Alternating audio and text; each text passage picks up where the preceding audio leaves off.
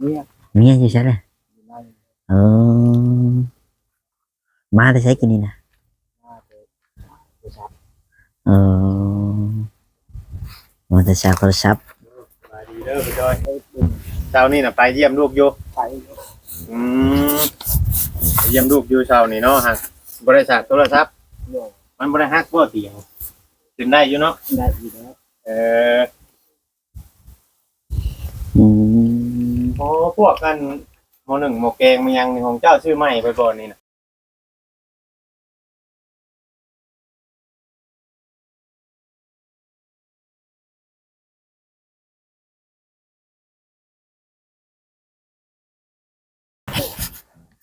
สวัสดีและสบายดีสบายดีพ่อแม่พี่น้อง FC ที่หักแพงเนาะบอกว่า FC พังลาวพังไทยแล้วก็ต่างประเทศพี่น้องเนาะกันยินดีต้อนรับเข้าสู่ช่องเบาจ่อยซาแนลอีกแล้วพ่อแม่พี่น้องวันนี้ทางเบาจ่อยก็ได้มาหาทางพ่อน้องตุ๊กคือว่าทางอ้ายจ่อยเพิ่นนั่นแหละเนาะพ่อแม่พี่น้องก็วันนี้ก็อยู่เพิ่นกันน่ะอยู่เฮือนอยู่ซ่านอยู่พี่น้องเนาะจังไดก็ทางเบาจ่อยก็จะพาพ่อแม่พี่น้องไปเบิ่งไปชมนำกันเลยเนาะทางครอบครัวแล้วก็พ่อน้องตุ๊กเนาะหลังจากไปนั่นโดนเลยพี่น้องเนาะสวัสดีชมนำกันเลยพี่น้อง สาว เพิ่นเฮ็ดหยังนี่อันนี้คือคิดหยังอันนี้น่ะห้องน้ำหรือข้าวไก่อันนี้น่ะ เขาเห็นหลัก อืเราบ่จักมันเขาเฮ็ดนั่นอย่างเลยสบายดีเด้อโดยอยู่กับไผนี่เนี่ย เนี่ย เมียอยู่ใช่เลย อยู่ใน เออมาได้ใช้กินนี่นะ หน้าโทรศัพท์ เออมาแต่ชาวโทรศัพท์ สบายดีเด้อพี่จอย ไปดึง เช้านี่น่ะไปเยี่ยมลูกอยู่ไปอืมไปเยี่ยมลูกอยู่เช้านี่เนาะฮะบริษัทโทรศัพท์ เรื่อง มันบ่ได้ฮักบ่เตียงขึ้นได้อยู่เนาะ ได้อยู่แล้ว เออ อืม พอพวกกันหมอหนึ่งหมอแกงมันยังนี่ของเจ้าชื่อใหม่ไปบ่นี่น่ะ เนี่ย เขาเจ้าบ่ได้มีหยังบ่แต่กิน เขาลงทุกข์นะ ผมมีหยังเลย เขาไปใช้เนาะบ่ว่าตอนนั้นคือเมาทีมงานเขาบ่จิตบ่เชิญตัวาซื้อให้อยู่ตอน เอาว่าเราลงไว้อีกแล้ว เอาเมื่อพุ่นน่ะบ่กล้าเอามาใช้บ่คือว่าไหนๆเนาะ ไหน อืมแล้วพวกหมอหนึ่งหมอแกงมันยังนี่คือว่าเป็นของทั้งบ่จอยเป็นชื่อเองเบิดนะแล้วแม่บ่จอยขึ้นไปนั่งนั่น นะขึ้นไปนั่งกันได้ เนาะ นั่ง ผมไปนั่งทั้งผู้ทั้งผู้มันกว้าง อันบอกยังไงนั่นเนาะ มานั่งกันนั่ง ขึ้นมาลากก็ได้อันโมยูรถท่าอันยก ใช้อยู่เพื่อนกับไผเหมือน สบายดีเด้อ เมียอยู่เพื่อนนี่แหละอืม อยากกล้องน้ำกันแล้วเนาะแท็กซี่กำลังย่องว่างามก็ได้ แม่น เห็นได้ข้าวน้ำข้ามปลายังหลายบ่ในเฮือนนี่บ่มีซะ บ่มีช้ำเอากินอยู่ใช่จ้ะ บ้านนี่ไปตัดอ้อยก็ชื่อเอา อ๋อพอซื้อมาไว้เนาะ โอ้ ทานอ้อยเมื่อวานนี้ได้2 โลพี่น้องเอ้ย ไปตัดอ้อยชื่อเขาโลกระป๋องมาพอได้กินโอ้น้ำในแล้วเดี๋ยวนี้นะเจ้าดูนี่นะเจ้าไปเอาดีใช้มาล้างถ้วยน้ำวงพุ่นเดียวไปทัวเอาโยกเอาน้ำเขาอยู่เตียงหลังนั้นได้กระตุกก็ได้ใช้ทางหน้าทางเล่นมา บัดยังอาบได้จ้ะ อาบเยี่ยมเขา อาบอยู่น้องเขาอีกตอนเช้าก็ต้องไปพุ่นเอาแล้ว ตอนเช้าก็ไปพ่นตอนแรงบอกว่าตอนใดแล้วเนาะต้องการใช้ ไปถึงมื้อเนาะ บ่พิษหยังดอกก็จอยอยู่ที่ก็เพราะว่าอยู่เพื่อนลูกตัวเองเนาะ แม่นของตัวเองปลูกคันมีแนวปลูกแนวพังกับปลูกไว้กิน ก็มีน้ำมีใช้คาดการณ์ในที่อันอยู่จนน้องตุ๊กหันบอกเลยว่าใดนี่คือเป็นหันเป็นแรง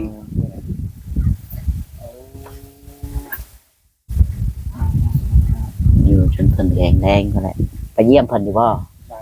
แล้วก็มือ ไปทุกมื้อบ่ไปตอนเช้าก็ตอนแรงจ้ะ แรง อืม เยี่ยมยามไปนะได้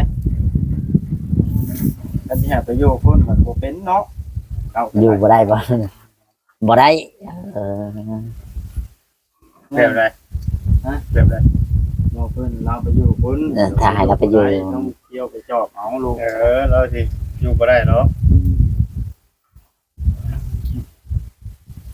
เข้ากันยังมันที่นี่ครับกินหมูตะวัน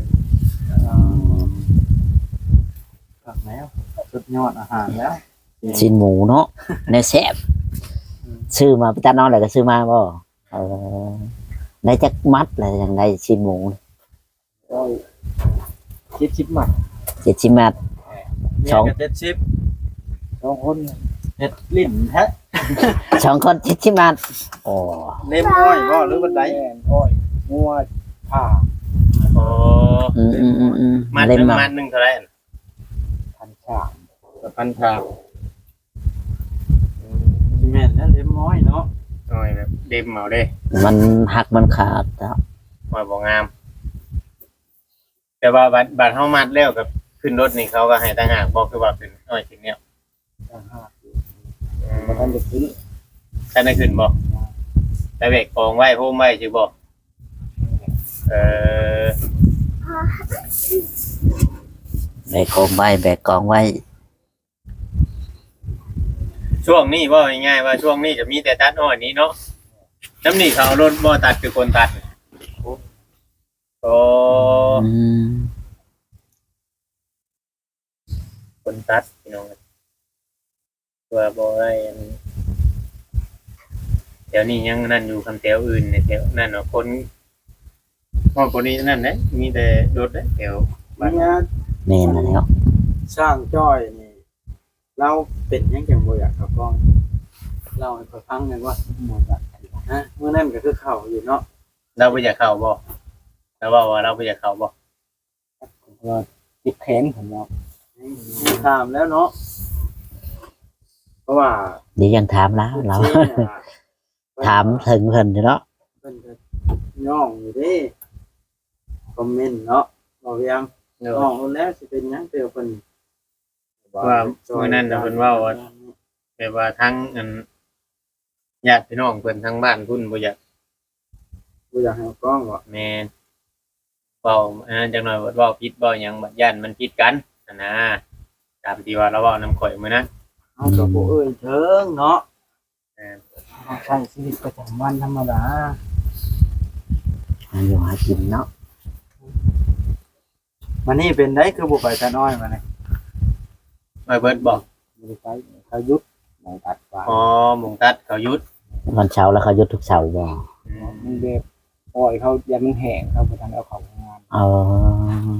ตัดพอนั่นเลยเขาต้องเอาอ้อยเขาไปเก็บก่อนนะจัง ไปตัดไม้ ตัดไม้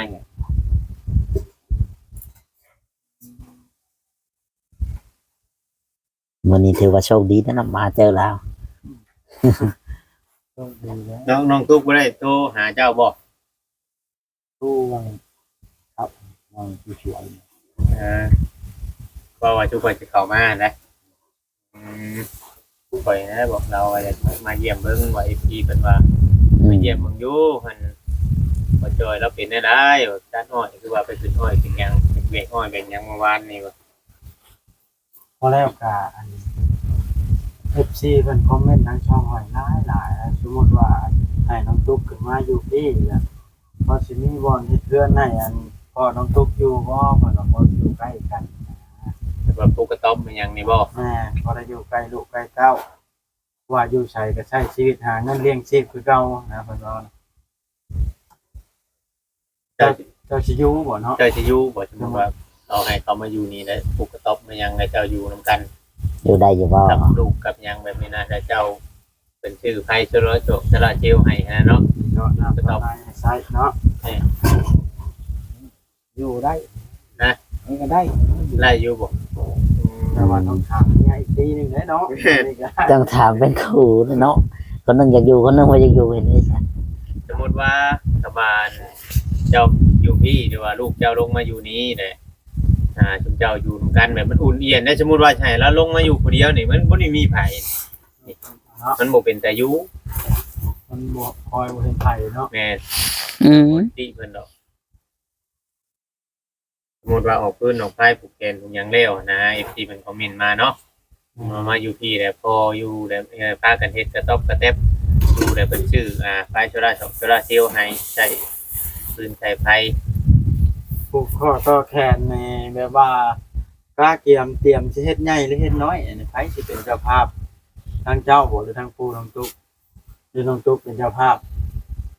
เขาว่าเขาสิเฮ็ดเองเขาว่า เรื่องนั้นกินนะอยู่ได้ อืม เพราะว่าเกิด เจอแต่เล่าเนี่ยเห็ดเนาะอยู่เพื่อนน้ำเล่าเลยเพราะว่าตั้งแต่เกิดอันนั้นอันนี้ตะกี้ก็ทั้งเขาไม่ได้อยู่เลยนี่นะตามที่เขาเบิ่งสถานการณ์ ปลาเลยสิ แต่ว่าอยู่โยแบบเที่ยวมาเบิ่งมายังฮะ เที่ยวไปเที่ยวมาเนาะ เป็นเรื่องของเครื่องครัวมายังก็ยันว่าหาจะชื่อข้าเจ้ากลับมาหนึ่งจักเนาะเดือนนี่เนาะข้าพเจ้ากลับขึ้นมาเยี่ยมนี่ได้นี่นะ เราซื้อเองเบิดบ่ แม่นชื่อ ตัวเก่ามันเพิ่นเอาลงพุ่นบ่ เนี่ย ตัวเก่ายังข้าเจ้าเอาลงไปไหว้บุญเนี่ยบ่ได้มีหยัง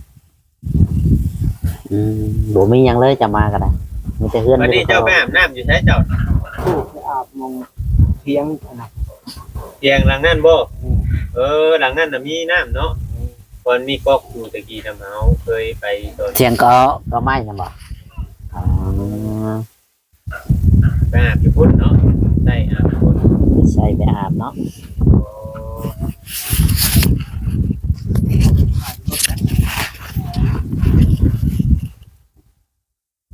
คือว่ามื้อนี้ทั้งสวนอ้อยเพิ่นหยุดแล้วก็ได้หยุดงาน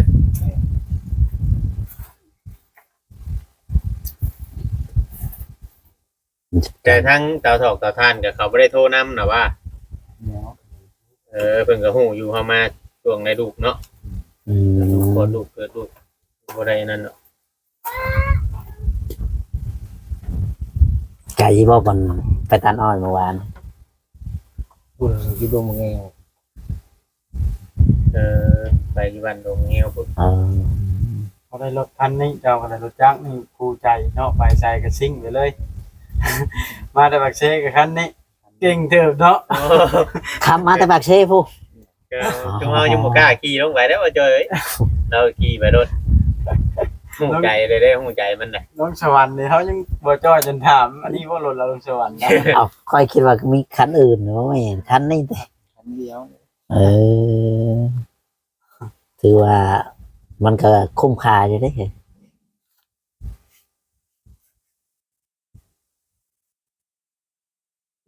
คุ้มแล้วมันอยู่ เมื่อนึงนี่เที่ยวขึ้นไปจอบจักเทื่อลูก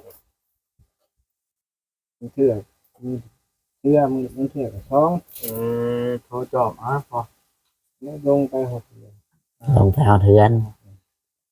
อืม แต่มาเฮาบ่ได้ไปเฮ็ดเวียกเฮ็ดงานกับมื้อเทื่อสองเทื่อ ก็บอกให้เพิ่นกินน้ำหอกน้ำห้อนอะไรเนาะอืม กินน้ำร้อนบ่เดี๋ยวนี้ กินบ่ เบิ่งว่า เออกินน้ำห้อนต้มน้ำอาบน้ำให้ลูกให้เต้าอะไรเนาะอืมเมียเจ้าแล้วเนาะเป็นคนบอกอืมบอกเขาลังเนี่ย ยากได้เลี้ยงลูกน้อยผัวบ่อยู่นอกจากแล่นทำแล่นนี่ผัวบ่อยู่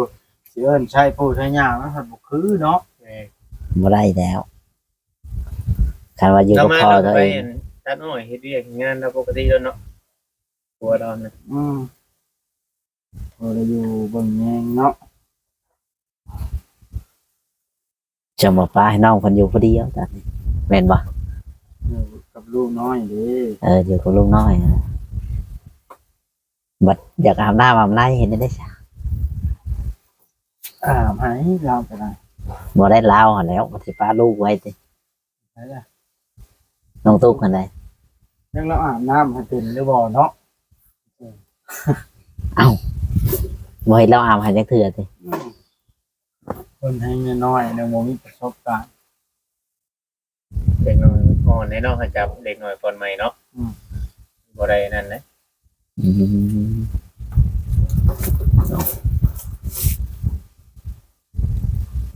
นอนอยู่นี่แบบว่าบ่ได้พันต่างพันหยังบ่เดี๋ยวมาบนต่างถิ่น น้อย บ่ฮู้เมื่อพันเลย พัน อืม เชื่อบ่เวียงชื่อให้มื้อนั้นบ่นี่แม่นบ่เวียง มาแล้วเขาก็ไปจื้อ ละนงจนเก่าแล้วที่ บ่ได้เก้าได้ยังใหม่ๆเลยเนาะ โอ้ละนงมันเถิง รุ่นอินซีย์นี่ สีมันเปลี่ยนเลย คันสมมุติเมื่อจากมันเฮือนน้องตุ๊กแล้วนี่ถ้าเจ้าสิเมื่ออยู่ไสนี่ปากเซบ่หรืออยู่บ้านเมีย น้องเสือเขาอยู่หลังนี้ อ่าขออนุญาตถามหน่อยเพราะว่าเมียเจ้ามีลูกทุกคนลูกลาวนะ ถามก็ถามเด้อมื้อน่ะ แล้วเราอยู่กับไผลูกเดี๋ยวนี้ นี่อยู่น้ำเขาเท้า อีกสองนี่จ้ะ 2 คนเลยเขาไปเฮ็ดงาน ใหญ่ปานนั้นเหรอบ่นี่ แต่จะสิได้ลูกเคย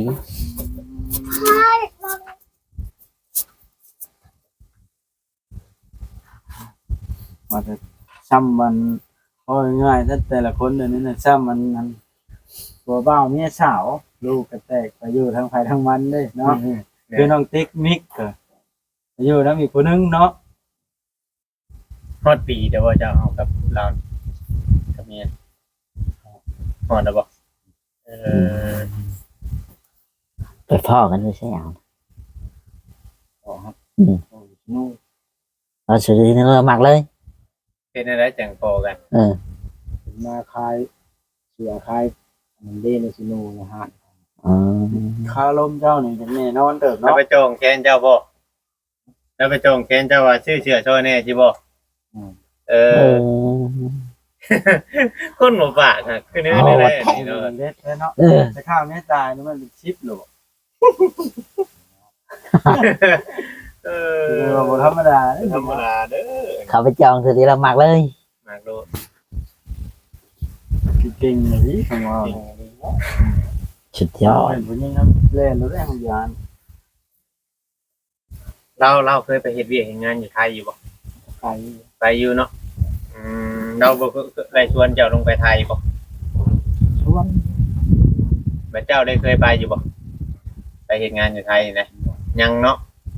ยังบ่เคยเลย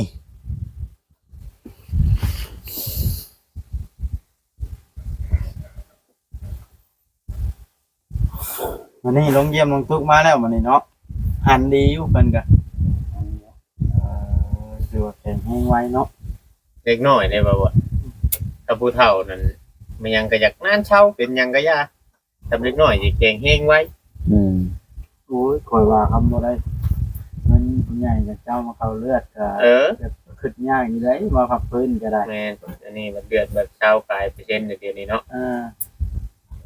แต่สิเป็นเมื่อไหร่ก็ย่านทุกข์ใจทำยิดย่านมันเป็นแบบแม่เล่านะที่เพิ่นอยู่ของนิ่มลายที่ตามห้อยเด้เพิ่นว่า อืม แต่บ่มีผู้เล่นมือก็ซอยเนาะปล่อยให้เกิดลูกเองมาอยู่เองเนี่ยใดก็มันจะขึ้นสภาพเลยเนาะบ่เวียง แม่น ยากเติบ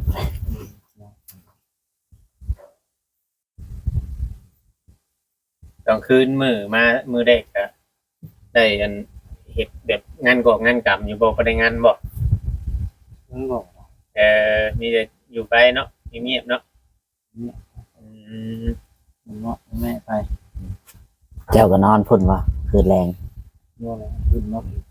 พระเจ้าไปบ่ง่ายๆมันง่ายๆนะแบบบ่ได้คือในหม่องในเมืองบัดนั้นโอ้ในเมืองเฮานี่มาแต่ห้องหมอหรืองานกรรมจังซั่นจังซี่อีกได้หมู่ครูมาก็แล้วแต่ได้เนาะแล้วแต่ผู้มีหมู่มีพวกได้เนาะ แม่ อันนี้บ่มีหมูมีพวกกันแล้วเนาะ